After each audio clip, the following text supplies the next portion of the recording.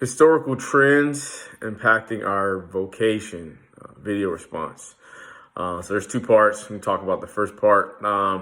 So the first question is choose one historical timeline, location, and discuss how sport and physical activity of that time has impacted your physical education, sports administration, or exercise science vocation today.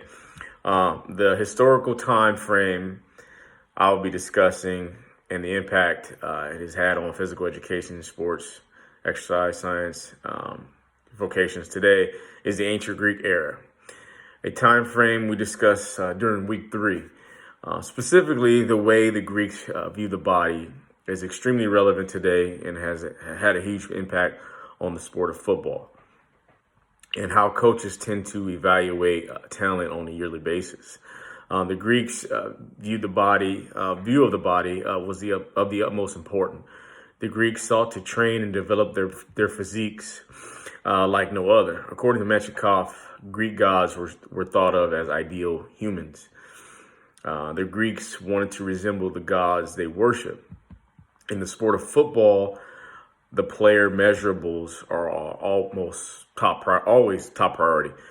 Coaches are always thoroughly dissecting the player's physical makeup, wanting to know his height, his weight, his arm length, his hand size, specifically if you're a quarterback, even receivers, etc.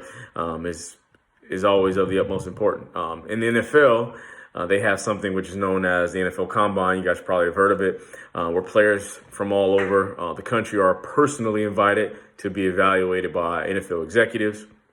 During that time, those prospective players literally parade around in nothing but their underwear or compression shorts, being precisely critiqued by NFL experts. Some people have jokingly compared it to what slave trading looked like hundreds of years ago. A player's body could mean the difference in making millions of dollars as a rookie or several $100,000. The body in football has become so imperative that kids as early as high school have personal trainers, are lifting and sculpting their bodies at an earlier age than ever before, emulating some of their favorite athletes they idolize almost as if they were godlike figures. Similar to how the Greeks once did. It's said that athletes such as NBA player like LeBron James and recently retired NFL linebacker James Harrison have spent or spend millions of dollars on a yearly basis taking care of their bodies for their respective sport. How the Greeks viewed the body has impacted today's society as a whole, but specifically in football, the focus on the body will always be a main staple in how coaches evaluate personnel. In the future, I foresee players getting bigger and bigger, and players playing at positions at a much larger size than ever before. The body specifically, a player's size will always remain a top priority. According to an article in a Bleacher Report by Edwin Weathersby in 2013, coaches and scouts, they are naturally attracted to size because the biggest players catch their attention because they generally tend to stand out. The second part of the video response talks about select one topic related to history and philosophy. From what we discussed, Olympics, politics, sports, Title IX, etc. And I'm going to touch on a little bit about Title IX. Title IX was a great time and legislation for sports in general for the betterment of women's involvement in athletics. A brief reminder of the definition of Title IX.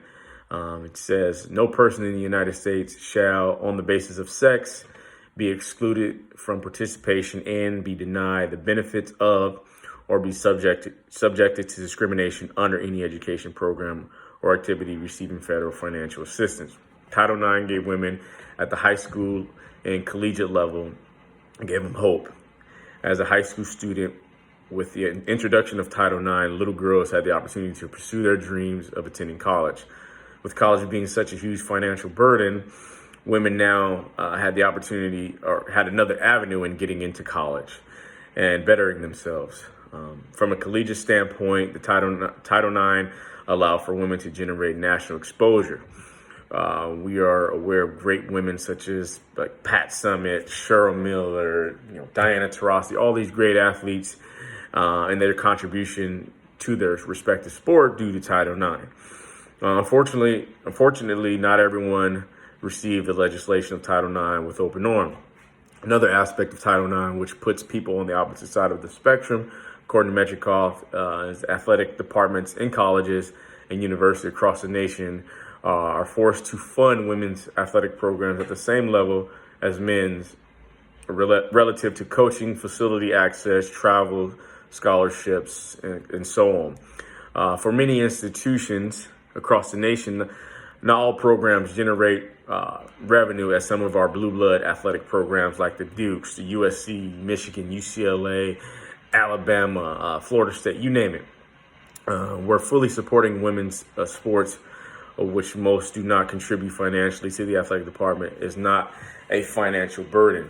Most programs who offer sports like football and basketball, the attention-grabbing programs, revenue-generating sports often struggle operating those sports on a year-to-year basis. And to be forced to equally fund some of the women's sports could be taxing and financially could strap an athletic department.